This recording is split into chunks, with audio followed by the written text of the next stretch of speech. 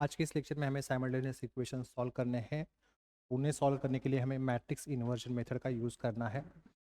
तो matrix inversion method के बारे में मैंने आप लोगों को पिछले लेक्चर में बताया है, तो आप उसे देख लीजिए, परफेक्ट कर लीजिए, उसके बाद ही आपको इस लेक्चर पर आना है। तो आज का फर्स्ट क्वेश्चन है हमारे पास, using matrix inversion method solve the equations. यहाँ पर हमें दो इक्वेशंस दिए गए हैं। तो सबसे पहले आपको क्या करना है, दोनों इक्वेशंस एज इट इज़ लिख लेने हैं। उसे मैच करना है ax plus B Y equal to C से। तो x को जो भी यहाँ पर नंबर मल्टीप्लाई है उसे हम कहते हैं कोइफिशिएंट, यानी x का कोइफिशिएंट यहाँ पर 5 है, यहाँ पर 3 है, वो x की कीमत है, a की कीमत है। और y को जो नंबर यहाँ पर मल्टीप्लाई है वो कोइफिशिएंट है y के, जिसे हम कहेंगे यहाँ पर b की वैल्यू। और इक्वल टू के बाद में जो नंबर है उसे हम कहेंगे कांस्टेंट या c की वैल्यू। ठीक है, तो ये कैलसी पर हम डालकर x और y का आंसर क्या आने वाला है वो पता कर सकते हैं पहले ही। तो देखिए कैसे इसे कैलकुलेट करना है। यहाँ पर नंबर कुछ नहीं, यानी 1 है। ठीक है, 3 1 1 हमें डालना है। उसके लिए मोड बटन दबाइए। 5 नंबर पर EQN है, तो उसके लिए 5 दबाइए। उसके बाद हमारा जो अभी हमने जो इक्वेशन लिखा है इसमें के फर्स्ट टाइप को मैच करता है, इसलिए हम 1 दबाएंगे, क्योंकि यहाँ पर x है, y है और इक्वल टू के बाद कांस्टेंट है। तो 1 दबाएंगे। अब यहाँ पर वो हमें ABC की वैल्यू पूछ रहा है, तो जो है 3 1 1, तो हम यहाँ पर एंटर करेंगे 3 1 1। के बाद यहाँ पर वैल्यू है 5 2 3, 5 2 इक्वल टू दबाएंगे। पहली वैल्यू आई है -1, की वैल्यू आई है 4। तो x की वैल्यू आई है -1 और y की वैल्यू आई है 4। इसे लास्ट में देखेंगे हमारा आंसर ये इतना आया है या नहीं। ठीक है, अब इसके बाद क्या करना है वो देखिए। इसके बाद हमें यहाँ पर मैट्रिक्स बनाना है पहला। इसमें x के कोएफिशिएंट को जो, यानी x के जो कोएफिशिएंट यानी जो भी x को नंबर मल्टीप्लाई है उसका हमें फर्स्ट कॉलम बनाना है। 3 और 5 यहाँ पर आएगा। उसके बाद y को जो नंबर मल्टीप्लाई है यहाँ पर वो कुछ नहीं, 1 है और यहाँ पर 2 है, उसका यहाँ पर सेकेंड कॉलम बनेगा। उसके बाद और एक यहाँ पर मैट्रिक्स बनेगा, इसमें हमें वेरिएबल्स लिखने हैं, यानी एक्स वाई, और इक्वल टू के बाद जो नंबर है उनका फिर से एक यहाँ पर कॉलम मैट्रिक्स हमें बना लेना है इस तरीके से। ठीक है, तो इस मैट्रिक्स को सपोज हम नाम देंगे यहाँ पर ए इनटू, इस मैट्रिक्स को नाम देंगे हम यहाँ पर एक्स, और इसे नाम देंगे। ठीक है, तो ए यहाँ पर मल्टीप्लाई है, साइड में लाएंगे तो क्या होगा, डिवाइड होगा। हम लिख सकते हैं इस साइड में रहेगा सिर्फ एक्स। यहाँ पर हम लिख सकते हैं therefore X equal to B by A लिख सकते हैं। तो ए की पावर कुछ नहीं, यानी क्या है, 1 है। इसे अगर हमें न्यूमिनेटर में लिखना है तो हम कैसे लिख सकते हैं, इसकी पावर न्यूमिनेटर में लेके जाने के बाद क्या होगी, माइनस होगी। ठीक है, इनटू क्या रहेगा, बी, यानी ए इनवर्स इनटू बी यहाँ पर आएगा। ठीक है, यहाँ पर लिखेंगे फिर ए इनवर्स इनटू बी, इसे हम देंगे फर्स्ट इक्वेशन।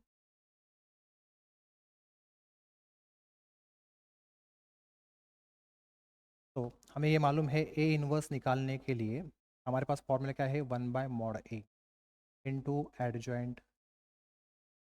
इसका मतलब हमें सबसे पहले ए जो मैट्रिक्स है उसका डिटरमिनेंट सॉल्व करना पड़ेगा। मॉड ए का मतलब ये है, इसका मतलब क्या है, हमें ये जो मैट्रिक्स दिया है ए, इसको एज ए डिटरमिनेंट सॉल्व करना पड़ेगा। उसका आंसर 0 नहीं आना चाहिए, तभी हम आगे की प्रोसीजर करेंगे।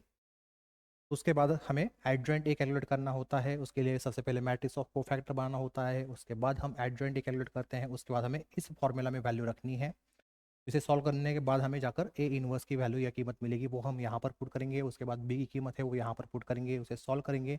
उसके बाद जाके हमें एक्स वाई की वैल्यू या कीमत मिलेगी। ये हमारी स्टेप्स होंगी। इसका मतलब हमें सबसे पहले यहाँ पर अब डिटर्मिनेंट सॉल्व करना है। ठीक है, इसका डिटर्मिनेंट सॉल्व करना है, ये जो ए मैट्रिक्स है उसका। तो यहाँ पर लिखेंगे फिर therefore mod A equal to 3 1 5। इसे आप डायरेक्ट कैल्सी पर भी सॉल्व कर सकते हैं। इसका आंसर क्या आएगा वो आपको डायरेक्टली आप कैल्सी पर निकाल सकते हो। यहाँ पर देखिए इसे कैसे सॉल्व करना है, 3 इंटू 2 क्या आएगा, 5 और 6, 1 इंटू 5 5, 6 माइनस 5 करेंगे तो यहाँ पर वैल्यू आएगी 1। यहाँ पर हम लिख सकते हैं therefore mod A equal to 1। Not equal to zero, यानी ज़ीरो नहीं आना चाहिए, माइनस आने दीजिए वैल्यू, प्लस आने दीजिए, पर ज़ीरो आना नहीं चाहिए, तभी हम कहेंगे ए इनवर्स जो है इस मैट्रिक्स का पॉसिबल है, यानी ए इनवर्स एग्जिस्ट करेगा। इसके बाद ही हम कोफैक्टर्स कैलकुलेट करेंगे। यहाँ पर लिखेंगे सबसे पहला कोफैक्टर C11। C11 का मतलब क्या है? कोफैक्टर, C फॉर कोफैक्टर, और वन वन का डिनोट करता है, वन यानी फर्स्ट रो और सेकंड वन यानी जो है फर्स्ट कॉलम। तो यहाँ पर C यानी कोफैक्टर है, और यहाँ पर जो फर्स्ट वन लिखा है उसका मतलब है फर्स्ट रो, और यहाँ पर जो फर्स्ट और यहाँ पर जो बाद में वन लिखा है उसका मतलब है first column. First row first column छोड़ देना है, जो नंबर है यहाँ पर वो लिखना है जो है 2। उसके बाद नेक्स्ट को फैक्टर के लिए लिखेंगे C12, first row second column, first row second column को छोड़ देना है। उसके बाद यहाँ पर जो नंबर रहेगा उसका साइन चेंज कर कर हमें यहाँ पर लिखना है, जो है यहाँ पर था +5 तो यहाँ पर मैंने लिखा -5। उसके बाद नेक्स्ट को फैक्टर के लिए हम लिखते हैं C21, यानी second row first column, second row छोड़ दीजिए फर्स्ट कॉलम छोड़ दीजिए, यहाँ पर जो नंबर है वहाँ पर लिख लीजिए, उसका साइन हमें चेंज करना है, प्लस होगा तो माइनस लिखना है, माइनस होगा तो प्लस लिखना है, तो यहाँ पर प्लस था तो यहाँ पर मैंने माइनस लिख दिया। उसके बाद नेक्स्ट को फैक्टर हमें यहाँ पर लिखना है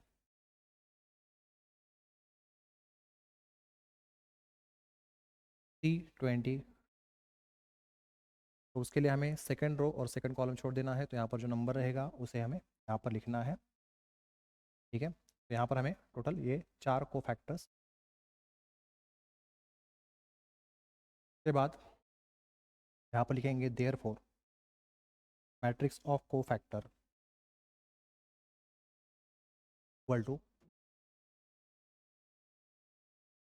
पहले दो नंबर फर्स्ट रो में लिखने हैं 2 -5, और बाद में के जो दो नंबर है वो हमें सेकंड रो में लिखने हैं, -1 और ऊपर है 3, यहाँ पर लिखेंगे -1 और 3। ये हो गया मैट्रिक्स ऑफ कोफैक्टर। इसके बाद हमें चाहिए एडजॉइंट ए, तो यहाँ पर लिखेंगे देयरफॉर एडजॉइंट ए, यानी transpose of matrix of cofactor होता है। उसमें हम क्या करते हैं, यहाँ पर जो फर्स्ट रो है उसे फर्स्ट कॉलम लिखते हैं, और जो सेकंड रो है उसे हम सेकंड कॉलम कर कर लिखते हैं। ठीक है, इस तरीके से ये हुई एडजॉइंट ए की कीमत। इसके बाद हमें ए इनवर्स का फॉर्मूला लिखना है। तो अभी थोड़ी देर पहले मैंने आप लोगों को ए इनवर्स का फॉर्मूला बताया था, जो था 1/mod A into adjoint A. तो यहाँ पर आएगा नेक्स्ट स्टेप में 1/mod A, मॉड ए की वैल्यू है हमारे पास 1, तो यहाँ पर लिखेंगे 1 इंटू एडजॉइंट ए, एडजॉइंट की कीमत E, वो यहाँ पर लिखेंगे।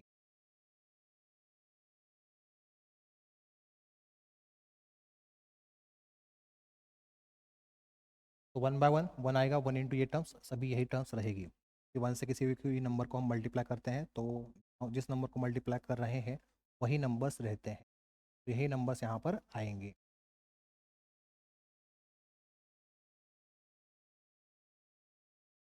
तो ए इनवर्स की कीमत हो गई। तो यहाँ से यहाँ तक जो हमने प्रोसीजर की है वो आप लोगों को मैंने पिछले लेक्चर में बताई थी। ठीक है, वही प्रोसीजर है। अब क्या करना है, देखिए ए इनवर्स की कीमत यहाँ पर रखनी है, उसके बाद बी की कीमत है ये मैट्रिक्स वो यहाँ पर रखना है, एक्स की कीमत यानी क्या है, ये मैट्रिक्स है वो यहाँ पर रखना है। तो यहाँ पर हम लिखेंगे put A inverse equal to 2 -1 -5 3, B equal to 1 3, and C equal to XY in equation first. तो ये था फर्स्ट इक्वेशन, इसमें हमें वैल्यू पुट करनी है, एक्स यानी क्या रखना है XY, यहाँ पर लिखेंगे XY equal to A inverse, तो ए इनवर्स की कीमत ये है वो यहाँ पर लिखेंगे 2 -1 -5 3 इंटू बी, बी मैट्रिक्स की कीमत है 1 3। ठीक है, अब यहाँ पर लिखने के लिए जगह नहीं है, तो आप यहाँ तक का जो पार्ट है पहले लिख लीजिए, उसके बाद हम इसे आगे सॉल्व करेंगे।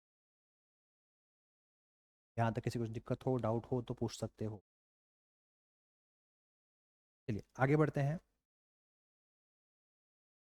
अब यहाँ पर ये जो है पार्ट हमारा अनवांटेड है, अब इसकी हमें ज़रूरत, मैं यहाँ से हटा देता। तो अब देखिए आगे क्या होगा। Therefore X Y equal to, इस फर्स्ट रो से इसके कॉलम को हमें मल्टीप्लाई करना है, 2 इंटू 1 आएगा 2, -1 इंटू 3 करना है, तो यहाँ पर साइन है plus, minus into plus, -1 into 3। उसके बाद सेकंड रो से इस कॉलम को मल्टीप्लाई करना है, यहाँ पर साइन है प्लस, तो minus into plus minus, 5 into 1 5, 3 into 3 9। उसके बाद यहाँ पर आएगा therefore X Y equal to 2 minus 3 यानी वैल्यू आएगी -1, -5 प्लस 9 वैल्यू आएगी इसकी। इसका मतलब x की वैल्यू आई है -1, यहाँ पर लिखेंगे फिर therefore x equal to -1, y equal to value आई है 4। वही वैल्यू यहाँ पर हमारी कैलसी पर आई थी, हमने ये क्रॉस चेक कर ली है, तो इसका मतलब हमने जो यहाँ पर आंसर निकाला है वो सही है। चलिए इसे फटाफट लिख लीजिए, और यहाँ तक किसी को दिक्कत हो, डाउट हो तो पूछ लीजिए। नेक्स्ट क्वेश्चन है हमारे पास, solve the following equations by matrix inversion method. तो यहाँ पर हमें टोटल 3 इक्वेशंस दिए गए हैं। अब यह इस तरीके के इक्वेशंस में आपको ये याद रखना है, सपोज हमारे पास इक्वेशन है y plus 8 equal to z minus 9, suppose ये इक्वेशन है। तो इस तरीके के इक्वेशन जब भी आते हैं एग्जामिनेशन में, पिछला वाला टाइप हो, ये टाइप हो, पिछला क्वेश्चन हो, ये क्वेश्चन हो, तो हमें क्या करना है, सबसे पहले x की टर्म हमें चाहिए। सभी इक्वेशन में सबसे पहले x की टर्म लिखनी है, उसके बाद y की टर्म, उसके बाद z की टर्म, और इक्वल टू के बाद में जो भी नंबर्स हैं उनकी एडिशन सब्सट्रैक्शन जो भी हो रहा होगा वो कर कर एक ही नंबर आपको वहाँ पर लाना है। ठीक है, तो यहाँ पर x की टर्म है क्या, नहीं है, तो हम क्या करेंगे, इसे लिखेंगे फिर 0x। अगर x की टर्म नहीं है, y की टर्म नहीं है, या z की टर्म नहीं है, जो भी टर्म नहीं है, तो हम क्या करेंगे, 0 लगाकर लिखेंगे उसे। जैसे यहाँ पर x की टर्म नहीं है तो 0x लिखा, अगर y की टर्म नहीं होती हम लिखते 0y, या z की टर्म नहीं होती तो हम लिखते 0z। ठीक है, तो यहाँ पर लिखा 0x। उसके बाद y, y लिख लिया। उसके बाद z की टर्म चाहिए, तो z की टर्म तो इस साइड में है, उसे भी इस साइड में लिखे आना है, तो यहाँ पर ये टर्म कैसे है, प्लस, इस साइड में लाएंगे तो क्या होगी, माइनस, यहाँ पर लिखेंगे फिर माइनस। और उसके बाद मैंने कहा था इक्वल टू के बाद में नंबर्स चाहिए थे, तो ये नंबर इस साइड में है, उसे हमें इस साइड में शिफ्ट करना पड़ेगा। ये नंबर इस साइड में कैसा है, माइनस, सॉरी प्लस है, इस साइड में लेके जाएंगे तो क्या होगा, माइनस, -8, और यहाँ पर ऑलरेडी है -9। यहाँ पर हम लिख सकते हैं 0x plus Y minus Z equal to -17। ठीक है, यानी पहले x की टर्म आई, उसके बाद y, उसके बाद z, और इक्वल टू के बाद में नंबर। इस फॉर्मेट में ही आपको सभी इक्वेशंस अरेंज करने होते हैं, अगर अरेंज करके आपको नहीं दिए जाते हैं तो। ठीक है, यहाँ पर नंबर प्लस भी हो सकते हैं, माइनस भी हो सकते हैं, और जो भी मैं प्रोसीजर बताऊंगा वही सभी प्रॉब्लम्स के लिए सेम रहेगी 3x3 ऑर्डर के लिए। ठीक है, तो सबसे पहले हमें क्या करना है, आंसर में जो इक्वेशंस दिए गए हैं हमें 3, वो यहाँ पर हमें सबसे पहले लिख लेने हैं।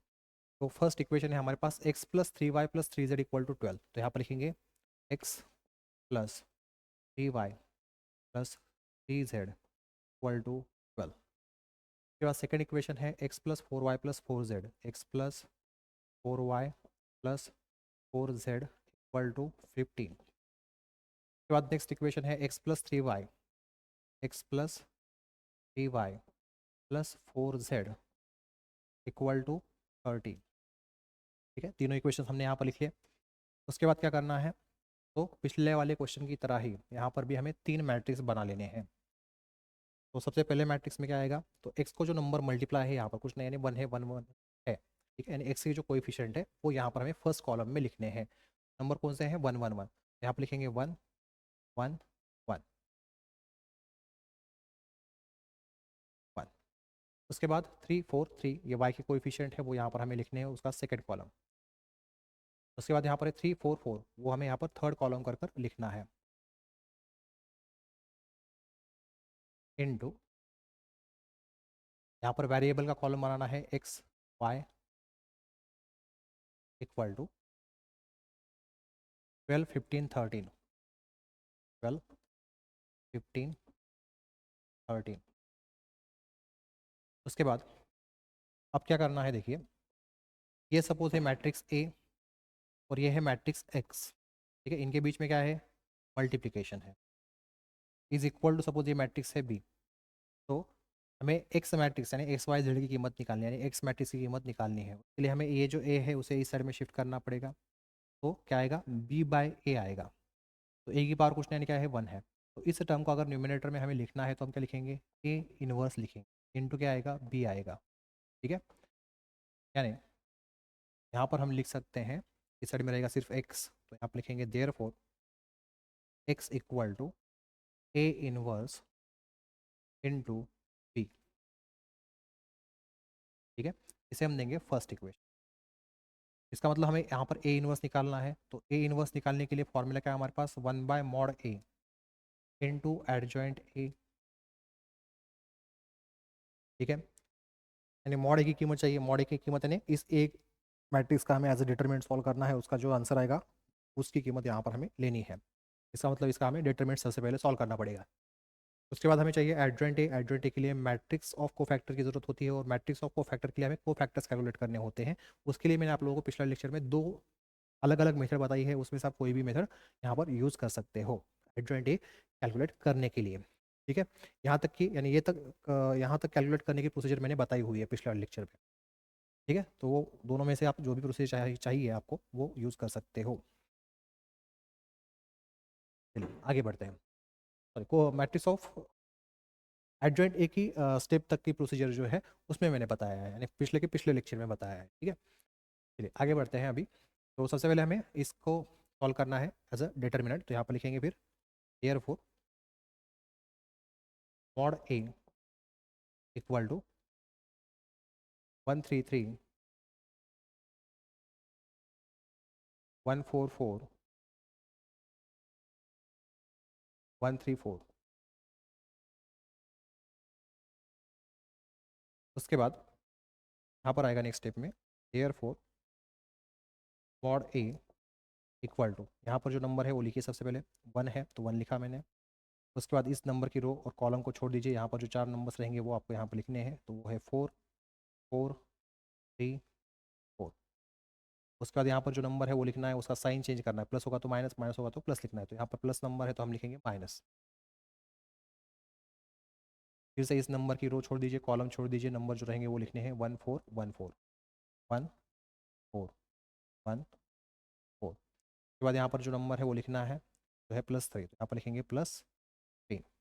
फिर से इस नंबर की ये रो और ये कॉलम छोड़ दीजिए, 1 4 1 3 यहाँ पर आएगा, यहाँ पर लिखेंगे 1 4 1 3 1 4 1 3। उसके बाद नेक्स्ट स्टेप में यहाँ पर आएगा therefore mod A equal to, ये नंबर जो है वो लिखिए इन ब्रैकेट 4 इंटू 4 16। यहाँ पर अभी जगह नहीं है तो मैं डायरेक्ट लिखूंगा, चाहे तो आप पिछले लेक्चर्स में मैंने जो स्टेप बताई है वो भी लिख सकते हो। 3 इंटू 4 12। उसके बाद -3 ब्रैकेट 1 इंटू 4 4 माइनस 4 इंटू 1 4। उसके बाद +3। उसके बाद 1 इंटू 3 3 माइनस 1 इंटू 4 4। उसके बाद यहाँ पर आएगा therefore mod A equal to 16 minus 12 करेंगे तो 4 वैल्यू आएगी, 4 इंटू 1 4। उसके बाद 4 माइनस 4 0 0 इंटू -3 0, वो लिखने की ज़रूरत नहीं है। 3 माइनस 4 -1 वैल्यू आएगी, -1 इंटू 3 -3 -3 यहाँ पर आएगा, 4 -3 यानी 1 वैल्यू यहाँ पर आएगी, नॉट इक्वल टू 0। यहाँ पर ए इनवर्स एग्जिस्ट करेगा, पॉसिबल है। क्या मतलब हमें को फैक्टर्स अभी कैलकुलेट हम कर सकते हैं, ठीक है। चलिए आगे बढ़ते हैं फिर कैलकुलेशन। C11 में जो ये पहला वाला जो 1 है वो क्या डिनोट करता है, फर्स्ट रो, और दूसरा जो यहाँ पर 1 लिखा है वो डिनोट क्या करता है, फर्स्ट कॉलम। यानी फर्स्ट रो फर्स्ट कॉलम छोड़ दीजिए, यहाँ पर जो 4 नंबर्स रहेंगे वो यहाँ पर लिखने हैं, 4 4 3 4। यहाँ पर लिखेंगे फिर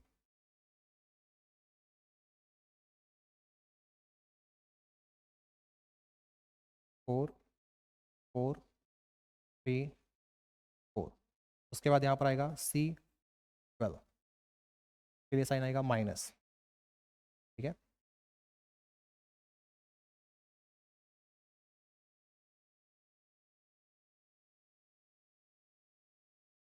तो यहाँ पर लिखा है 12। 12 का मतलब इसमें का जो पहला 1 है वो क्या डिनोट कर रहा है, फर्स्ट रो, और बाद में का जो 2 है वो क्या डिनोट कर रहा है, सेकंड कॉलम, यानी फर्स्ट रो सेकंड कॉलम छोड़ना है।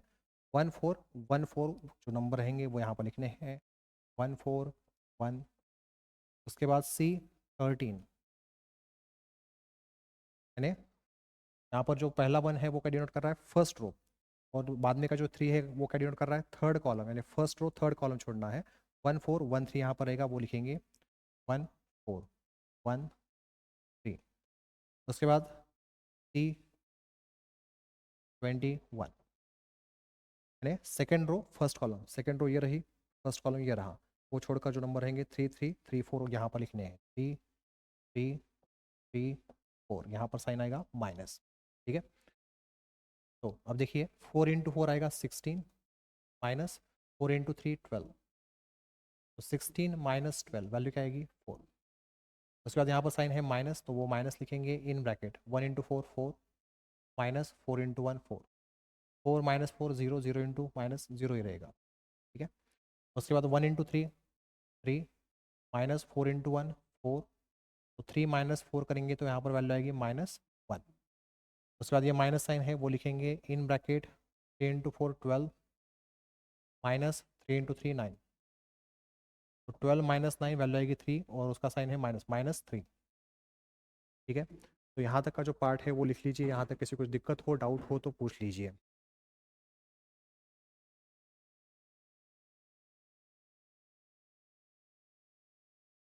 चलिए अभी आगे बढ़ते हैं। आगे के हमें फैक्टर्स लिखने हैं, अभी इस ऊपर के पार्ट की अभी जरूरत नहीं है हमें, हटा देता हूँ यहाँ से। उसके बाद इसमें की सिर्फ ये वाली वैल्यूज़ की भी हमें ज़रूरत है, यहाँ से बाकी के जो पार्ट है मैं यहाँ से हटा देता हूँ। इसमें कि सिर्फ हमें इस वैल्यू की ज़रूरत है, इसे भी मैं यहाँ पर मिटा देता हूँ बाकी का पार्ट। ठीक है, जितना अनवांटेड पार्ट है वहाँ वो मैं यहाँ पर मिटा रहा हूँ। आगे बढ़ते हैं। अभी इस पार्ट की हमें थोड़ी देर बाद ज़रूरत रहने वाली है, तो इसे मैं साइड में यहाँ पर रख देता हूँ। ठीक है,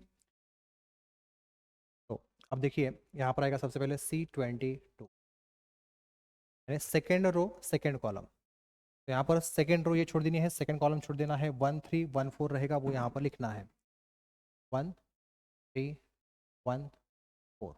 उसके बाद यहाँ पर आएगा C23, यानी सेकेंड रो थर्ड कॉलम, ये रही सेकेंड रो और ये रहा थर्ड कॉलम, तो नंबर्स रहेंगे इसे छोड़ने के बाद 1 3 1 3, वो यहाँ पर लिखना है 1 3 1 3, यहाँ पर साइन आएगा माइनस। उसके बाद C31, यानी third row first column, third row ये रही, फर्स्ट कॉलम ये रहा, इसे छोड़ देना है, 3 3 4 4 ये नंबर रहेंगे, यहाँ पर लिखने हैं 3 3 4 4।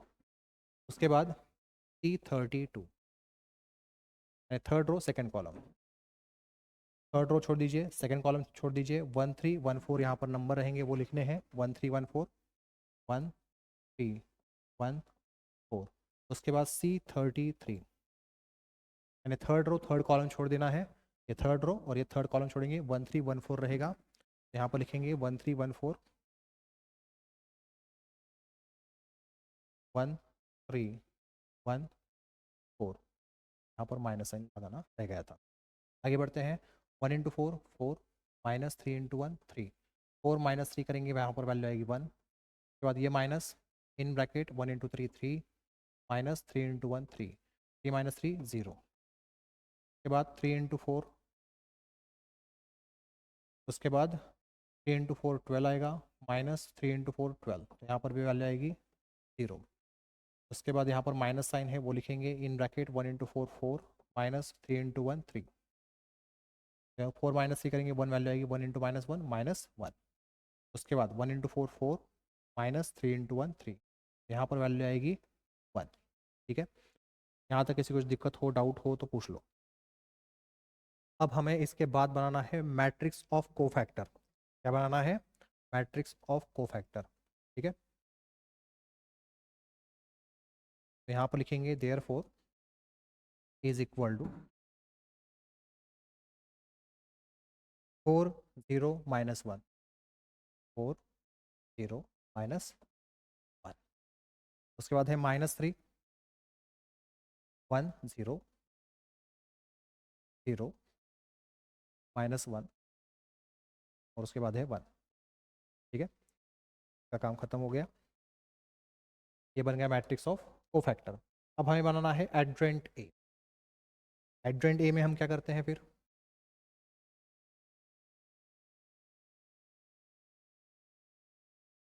यही मैट्रिक्स लिखना होता है, सिर्फ फर्स्ट रो को हम फर्स्ट कॉलम करके लिखते हैं। तो यहाँ पर आएगा 4 0 -1। सेकेंड रो हमें सेकेंड कॉलम करके लिखना है, जो है -3 1 0। और थर्ड रो को हम लिखेंगे थर्ड कॉलम कर कर।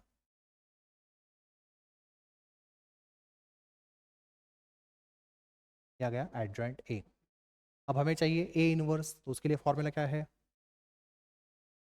ए इनवर्स के लिए फॉर्मूला है 1/mod A into adjoint A. तो यहाँ पर आएगा नेक्स्ट स्टेप में therefore A inverse equal to 1/mod A। Mod A की कीमत कितनी है 1 इंटू एडजॉइंट ए की कीमत ये है, वो यहाँ पर लिखेंगे हम। ठीक है, इसका काम खत्म हो गया। ये हटा देता हूँ मैं, थोड़ा साइज में छोटा कर देता हूँ, अब इसकी हमें ज़रूरत नहीं है थोड़ी देर के लिए। ठीक है, यहाँ पर जो मैट्रिक्स आया है उसे मैं यहाँ से कॉपी कर लेता हूँ डायरेक्ट। ठीक,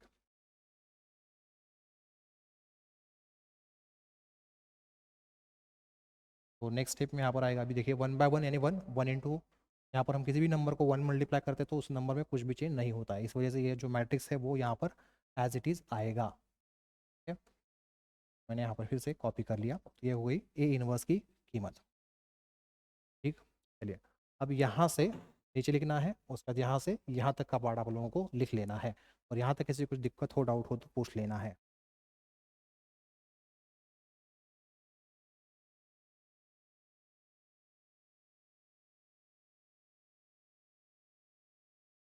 चलिए आगे बढ़ते हैं।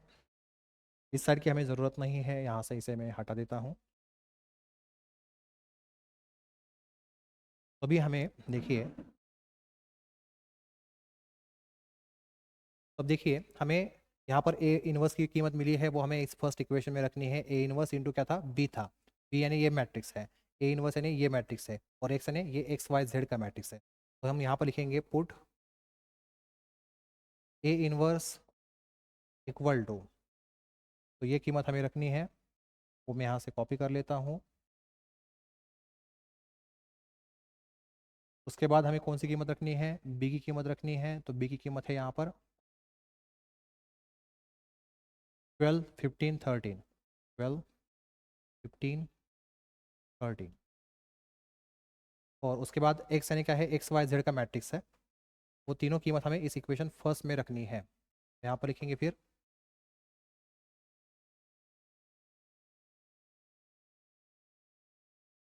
फिर का काम अभी खत्म हो गया, अभी हटा देता हूँ मैं यहाँ से।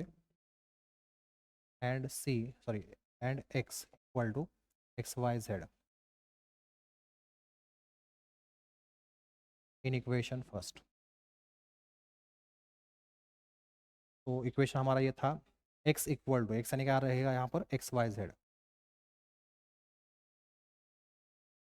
ए इनवर्स, तो ए इनवर्स की कीमत ये है, यहाँ से कॉपी कर लेता हूँ मैं फिर, इंटू बी, बी मैट्रिक्स यानी ये। तो नेक्स्ट स्टेप में यहाँ पर आएगा देयर फोर,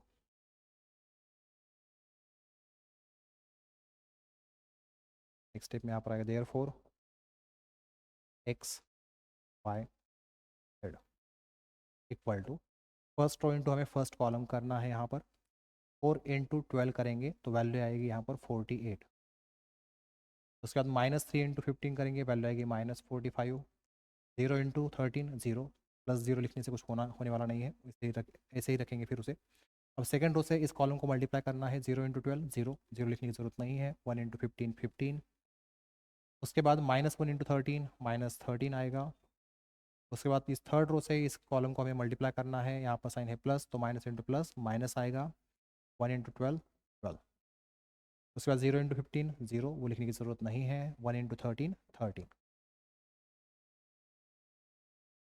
उसके बाद यहाँ पर आएगा therefore X Y Z equal to 48 -45, value आएगी 3। 15 माइनस 13 वैल्यू आएगी 2, माइनस 12 प्लस 13 इसकी वैल्यू आएगी 1। एक्स की कीमत बनी 3, वाई की कीमत बनी 2, जेड की कीमत बनी 1। ठीक है, हम इसे कैलसी पर भी चेक कर सकते हैं, वो भी आप लोगों को यहाँ पर बता देता हूँ कैसे करना है। तो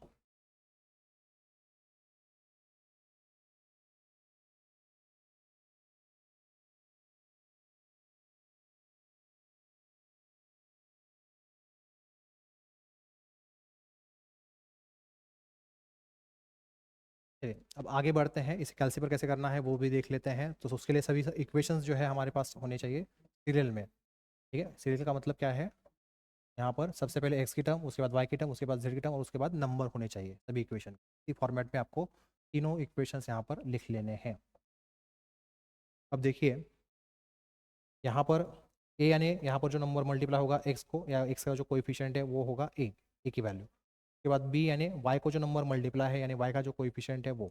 उसके बाद सी यानी जेड का जो नंबर मल्टीप्लाई है, जेड को नंबर जो मल्टीप्लाई है वो होगा सी यानी सी का जेड का कोएफिशिएंट यानी सी। और इक्वल टू के बाद में जो नंबर है वो होंगे डी। ठीक है, तो अब क्या करना है, देखिए इसे सबसे पहले क्लियर कर लीजिए। उसके बाद मोड बटन दबाइए 6।